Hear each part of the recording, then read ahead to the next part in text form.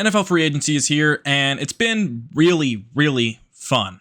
And we've gotten a bunch of trades too. I wanted to react to some of the moves that I like, some of the moves I'm seeing, and some of the things I don't kind of like. Yeah, so this has been a great free agency so far, and this is Son of a Sports. Let's get into it.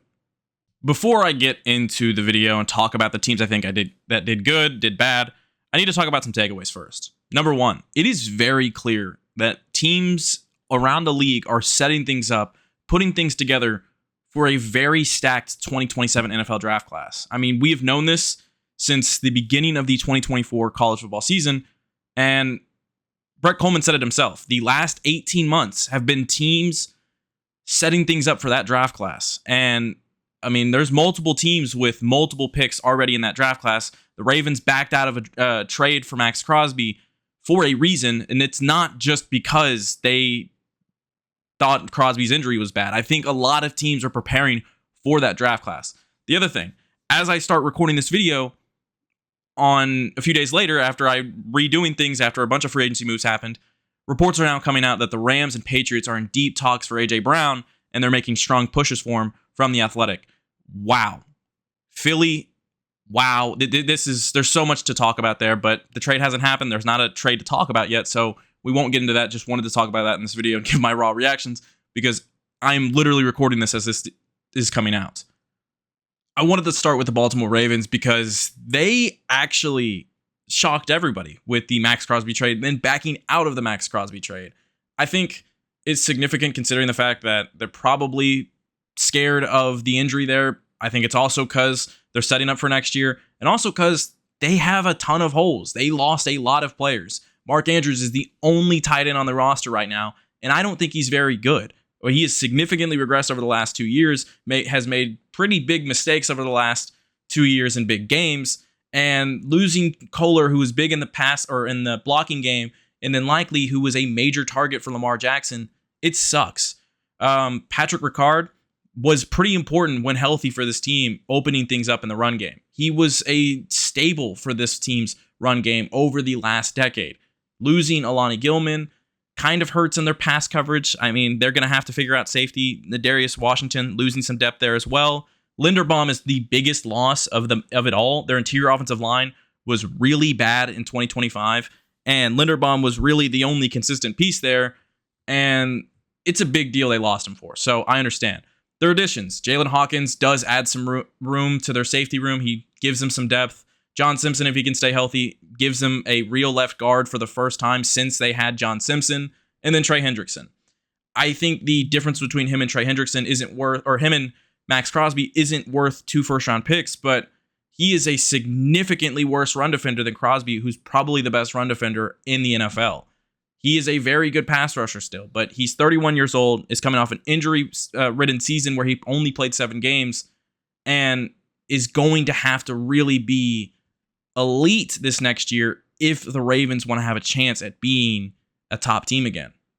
I think this entire offseason hinges on what they do in the first round and if Nnamdi Madubuike can really come back healthy.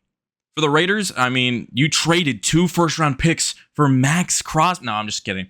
I think with their free agency class, I really liked it. Tyler Linderbaum, I know it's a little bit of an overpay, but I mean, you're trying to build out this offensive line for your first overall pick, and a veteran center is so important for this modern NFL. I mean, centers are always really important, knowledgeable centers that understand the game, but for how defenses are currently playing, a big way to counteract that is having a center that's really knowledgeable about the game, and Linderbaum offers that. He's not the best in pass pro, and it is a little weird how much they paid him, but it's not the worst thing in the world considering how they set up the years. All these contracts are 3-year deals because they realize the rookie contract window is going to be, they're going to have to take advantage of it for Fernando Mendoza. That's how every team does this. And setting it up for all 1 year where they'll have money again, I think was kind of smart. Quay Walker and Nakobe Dean together again, they have that chemistry. I think that was a fine, non-risky deal for both of them. Kwity Paye was a little bit of an overpay in my opinion, but I think Jalen Naylor was also a deal that I really liked considering how important he was for J.J. McCarthy in 2025 and how reliable he was for J.J. McCarthy. And he can become that for Fernando Mendoza and gives you another playmaker in the receiver room that was kind of lacking them. Malcolm Kuntz and Eric Stokes, they re-signed. I like those deals. I think they were 2 players that, at their best for the Raiders, were both quality players on a really bad defense. Stokes had kind of a turnaround year last year, even if the Raiders were really bad. For the Raiders, I do like their free agency, and I walk out more excited for what they do in this draft and think they set up Fernando Mendoza pretty well. For the Giants, I think they kind of took me by surprise. I liked the Tremaine Edmonds signing. It's definitely an improvement over Bobby Okereke, who has declined over the last few years. It's a non-risk move that still leaves you with the ability to go out and draft a linebacker in this draft class. Sonny Styles at 5 if you want to. Isaiah Likely is an immediate contributor to this offense. The offense is going to be designed differently, and it's not going to rely on a slot receiver as much. So going out and losing Wan'Dale Robinson isn't a big loss for me. I understand they lost Cordell Flott. That is a loss, and replacing him with Greg Newton is a downgrade, but I think they're fine with losing Wan'Dale Robinson considering the deal he got from Tennessee. Calvin Austin can be a fine enough replacement for this year. I think it's still another opportunity for them to go out and get a line or wide receiver 2 in this draft class. The big move for me out of this entire free agency for them was just them re-signing Jermaine Illuminor for the contract that they did. He's 31 years old, I understand that, but it is a really non-risky deal for a guy that has been significant and a huge reason why your offensive line has been much better over the last 2 years than it was before then. I think coming out of this free agency with Likely, re-signing Illuminor, Edmonds, Austin, Ricard as well is going to help you in your run game. And Newsome, Adarius Washington. I think they did a lot more than I thought they were going to do. And if this team can do a good enough job in the draft, they are a sneaky playoff team next year. I understand it's the Giants, and they're 13-38 in the last 3 years, but this roster is a lot better and a lot different going into next season. And Jackson Dart, if he improves, can really take advantage of that. I think Washington really, really capitalized on the money they had in this free agency. Odafe Oweh, it is a risk. It is 100% a risk because of the fact that the Ravens traded him for a safety they let go in free agency just 6 months later. But the past 2 seasons, he's had 17.5 sacks. He was an amazing pass rusher with the Chargers, and he's still just 27 years old after being drafted in 2021 as a first-round pick. Their depth on the defensive line is also thin now, or dealing with injuries. Dorrance Armstrong, if he can come back, he can still just be a depth piece for him and can really add something there to complement Odafe Oweh. Also adding Kayvon Chason on a 1-year, $12 million deal. Wow. 7.5 sacks in the regular season. He's had 12.5 sacks the last 2 seasons and was really, really good in the playoffs. I mean, they have added some depth to their defensive line, their edge rusher group, that I like a lot. They need to, again, fix that interior defensive line. Jerzon Newton has not played to the level that you'd want him to. I think there's still work to do there. Tim Settle they brought in. Is their other guy a free agent? Daron Payne a free agent? Either way, I like this. Rachaad White, they got on a 1-year, $2 million deal to complement the running back room. I think there's still work to do there. I think they might need to add another one in this draft class, considering they didn't trust Ja'Cory Croskett-Merritt much last year. Chris Rodriguez left in free agency, but I think it's a fine depth signing. Leo Chenal, that is a piece I loved in the free agency. A guy that tested at like a 10 out of 10 linebacker RAS score, near that, and then goes into free agency with Kansas City having to pay Nick Bolton. And I thought Kansas City is going to regret losing him, which I think they will. I thought someone is going to get a guy that you can use anywhere you want on the linebacker core, outside linebacker, interior. Washington got him on a 3-year, $24 million deal. Again, non-risky. I love that deal. Chig Okonkwo, low risk signing. I think it's okay. Just fills a little hole they had at tight end. Amik Robinson, some depth at corner, as they have 2 younger guys that are still figuring things out. Nick Cross, I think, is a fine deal. Charles Omenihu continues to add to their defensive line depth. This team still has some holes to fill, 100%. They have a low amount of draft picks this year, but I'm still confident in what they're building, and I really liked some of the moves they made in free agency. For the Dallas Cowboys, I think this free agency has kind of been bad. I'm doing a Cowboys video about everything they've done wrong, and they keep getting excuses from this fan base. Dallas had the opportunity to open up the most cap space in the NFL this offseason, one that they're not going to have over the next few years considering how contracts are lining up. They had the opportunity to get ahead of this, extend Quinnen Williams, extend Kenny Clark, restructure Dak, which they did. They restructured a ton of guys. They could have extended a few more guys and actually taken care of this. George Pickens' contract would have been worth half, and that's another excuse I've seen Cowboys fans give for them, that George Pickens, he's so much money this offseason, and that holds him back. No. They could have done this if they wanted to. And I'll do a whole video of it down the line. Jalen Thompson is a great signing. I'll give him credit for that because it's the best deal they've done in almost a decade. It's the most money they've given a player since 2020. In 6 years, this is the most money they've given a player. It's a frustrating stat, but it's one that gives you confidence they're trying to do things differently. I like the signing of Kobe Durant, the trade for Rashawn Gary. I think Green Bay was going to cut him, and that's what it was leaning towards, and he had no guaranteed money left on his deal. I like Dallas's extension for him, giving him the ability to have void years. It gives them real flexibility with their cap situation, but they didn't spend any money at linebacker.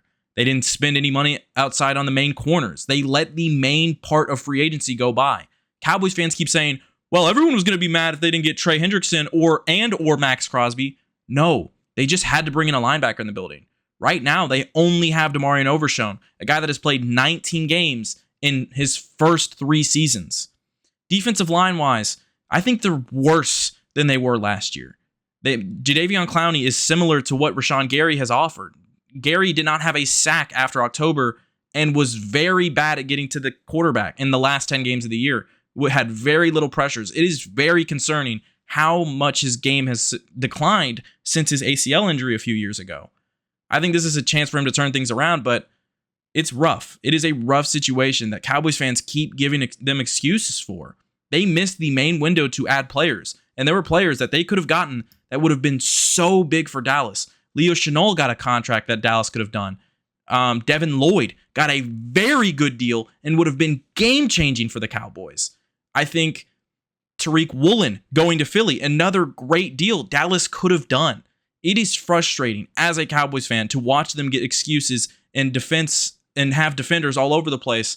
But even though I think this defense has less talent than last year, maybe a little bit more now if they do the draft right, I think that it's just a frustrating situation that I'll talk about in another video. For Kansas City, it's a little all over the place for me. I think they added some good contributors, and Kenneth Walker, of course, Super Bowl MVP. Khyiris Tonga was a incredible signing, one that I will keep praising because he was so good for the Patriots this last year, and they got him on a 3-year deal where he's only getting paid like $7 million a year. Unreal signing by Kansas City. And then Alohi Gilman, another deal I really like, and a guy that really helped Baltimore turn around their defense. I know that Baltimore fans are very much of the opinion that he is an awful run defender, which is kind of true, but he's amazing in coverage. The issue is the losses. I mean, McDuffie, losing him is unfortunate, but you also lost Jalen Watson and Brian Cook in free agency. Your defense is going to need more guys in this draft class, and they're lucky they have some picks to work with, but I still think that they couldn't afford to lose some of the guys they lost, and their secondary is going to need some rebuilding. Their receiving core still needs some more help. What I will walk away from this free agency being positive with is they got a running back that's probably the best running back Mahomes has ever played with. They got a nice safety and pass coverage, but a bad run defender there. And they got an incredible signing at defensive tackle that I think is going to be a lot of value for him. There's still more moves to make for him that make me more confident in this team next year. But I think this team is trying to set itself up for 2027 being the year that they get back all in. Travis Kelce coming back for only one more season kind of makes it weird for what they're setting themselves up for. But we'll see. I think Kansas City had an average free agency. For the Tennessee Titans, it's all over the place for me. I think Wan'Dale Robinson was given a lot of money. I think it's just a lot for a guy that has such a unique skill set that isn't great at this level of the NFL. I know people are like, he's a 1,000-yard receiver. The thing with Wan'Dale is he is an easy reception guy. He's a guy that Daniel Jones relied on a lot for checkdowns a few years ago, and he's a guy that Jackson Dart looked for that this past year. The issue is he can't really create after the catch, and he's just a great short yardage guy. That's really it. I think it's more of a safety blanket for Cam Ward than anything else, and that Brian Dable played with him or coached him. The other guys I signed, I liked Cordell Flott. I liked Alontae Taylor. That really does add to their secondary. I know it's getting ahead of the draft and just trying to pay money out, but I think it's fine. Austin Schlottman was a deal that I think I liked. Lloyd Cushenberry significantly regressed this last year. They moved on from him, so they went out and got Schlottman to be that center for him, and I think it's fine. Mitchell Trubisky being the backup quarterback, I think is going to help. Trubisky has that veteran experience. He's been a guy that every team he's been on has been liked. by his fellow players. And Matt Nagy wasn't a big fan of him, but that's Matt Nagy for you. And Flott and Taylor are the two signings that I walk away with most excited for. And then John Franklin Myers as well. I mean, the fit with Saleh is always going to be there, but I think Tennessee walked out of this free agency adding a ton of guys that had connections to their coaches, but also adding guys that just make them better immediately. This team, this roster was bad in 2025, and Cam Ward needs help. He had his struggles in his rookie year, but there was a ton of talent he showed. He just needs a better supporting cast around him, and they did their job to help him get that supporting cast. For Pittsburgh, I love this free agency. It's unfortunate that this team has a weird situation going on with their quarterback and that Mike McCarthy is their head coach, but I love this free agency. Michael Pittman Jr. immediately adds a real wide receiver 2 to this room, and it makes DK Metcalf's life so much easier. Rico Dowdle had real flashes throughout the year for the Panthers and is just fine as a running back 2 or a split running back 1. I know he's older. I know that he had regressed towards the end of last year. I think it was some of the wear and tear catching up to him, but I think it's a fine signing considering the fact that Caleb Johnson did not produce for you at all in year 1, was a kind of negative, and you needed another running back in the building. Jamel Dean. This team insists that they're in a competitive window. So because of that, I have to grade from that curve. Dean is a great signing. He was the top cornerback available in free agency, or around that tier, and they went out and got him on a 3-year deal that isn't giving him the most money in the world. I think it's fine. You also just walked out of free agency with a better room wide receiver wise, running back wise, and your secondary. Dean, Jaquan Brisker, I really loved that signing. 5 years, 1 year, or 1 year, $5 million is such a value deal for a guy that immediately comes in and is providing you real strong safety play, real box play. And that's really, really important for what the Steelers need right now, considering their safety room. I'm walking out of this free agency as a Steelers fan. If I was a Steelers fan, I'm not a Steelers fan, more confident in this team at least maybe winning a playoff game next year if they can get Rodgers to come back or figure out quarterback. But we'll see. This vision for this team is so weird long term, but for a team that insists they're in a competitive window, they did their job to really build out the rest of the roster this offseason.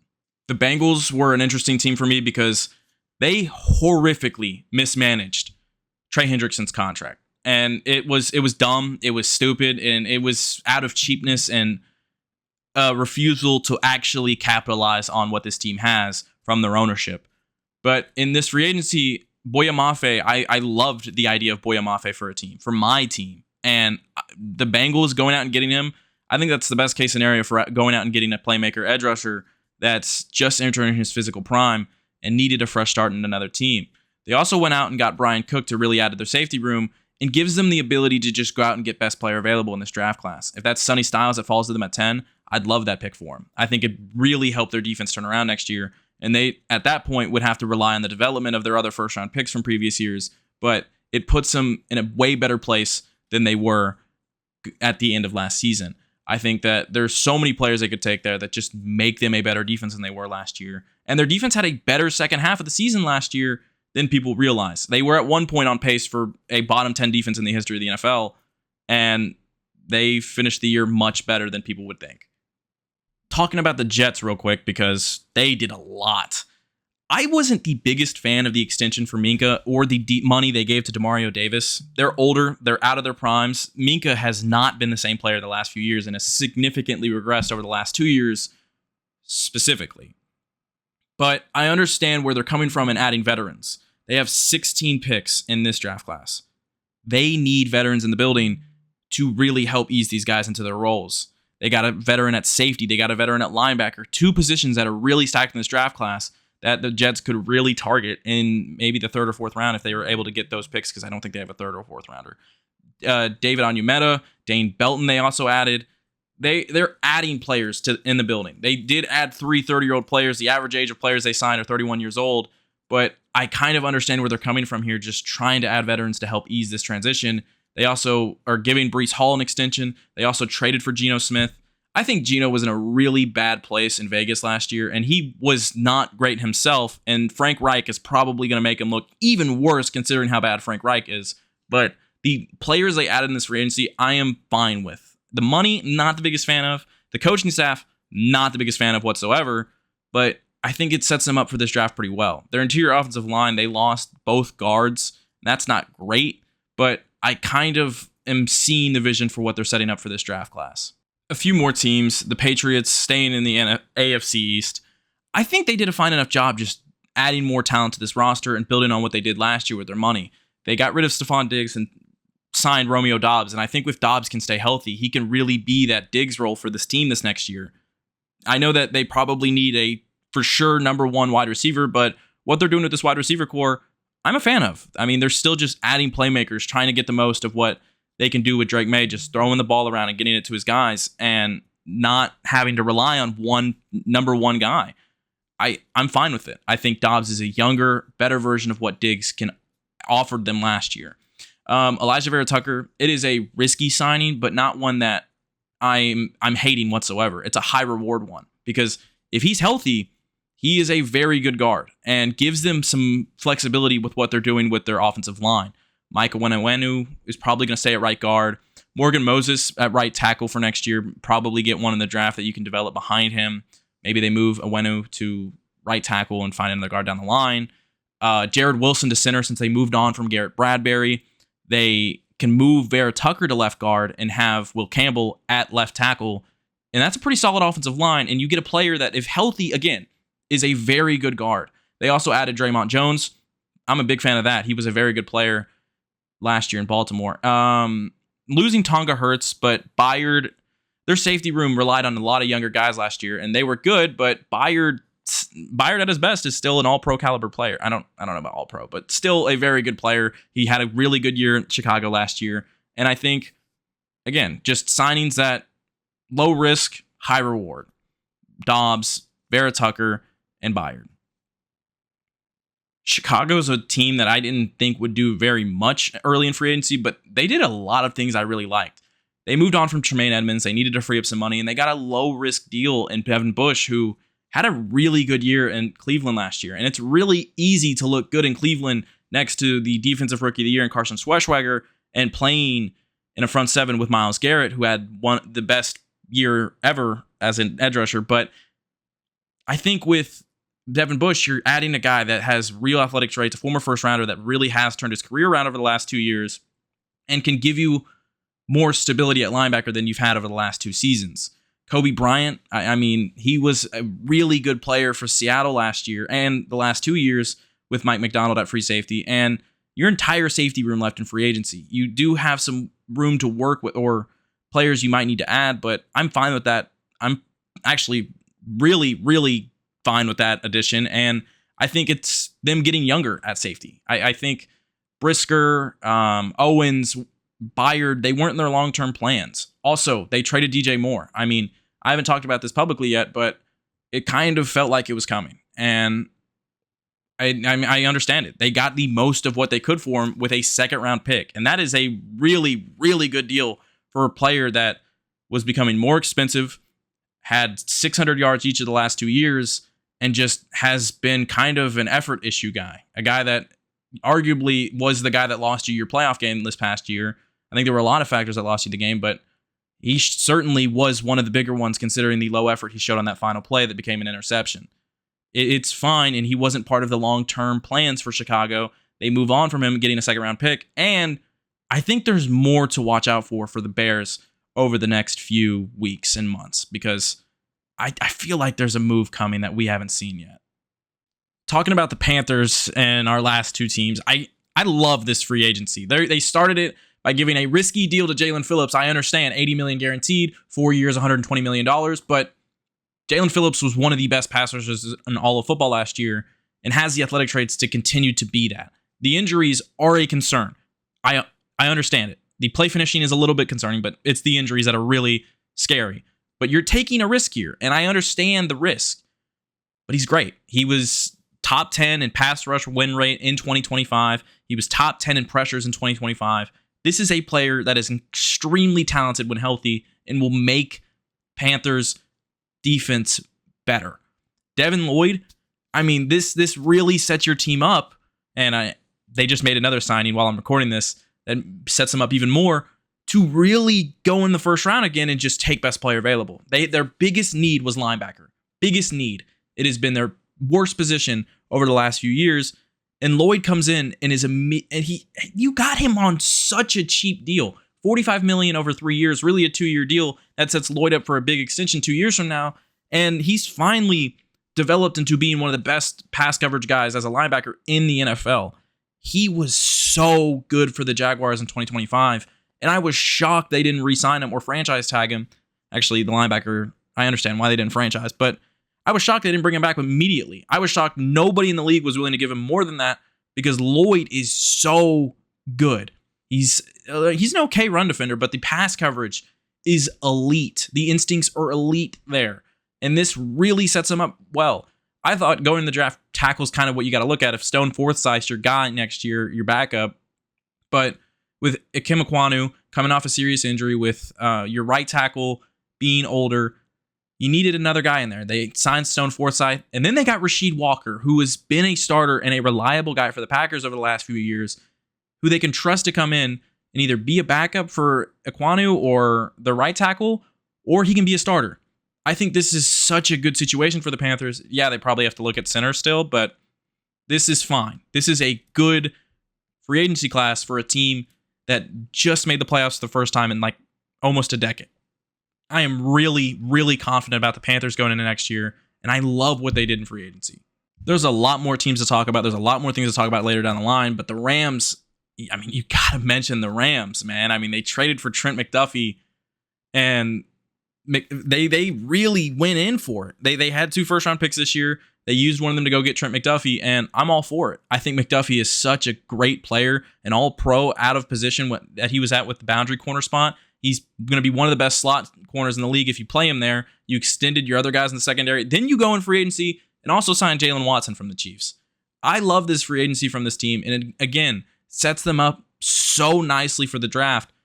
And this team they were one of the only teams that really could have won a Super Bowl last year. The only team that I thought could beat Seattle, and it was really close. And they go and just get even better. I hope you enjoyed my thoughts. I hope you enjoyed this video, and I will talk about my thoughts about other teams later down the line. I think there are a lot of takeaways to have in free agency, and free agency is the whole offseason, to be honest. I think that there are other moves to really be recapped. I mean, the Rams and their trades and their moves, something to really talk about, but I want to wait a little bit because there's some more things to be done. I just wanted to leave my fresh thoughts coming out of week 1 of free agency.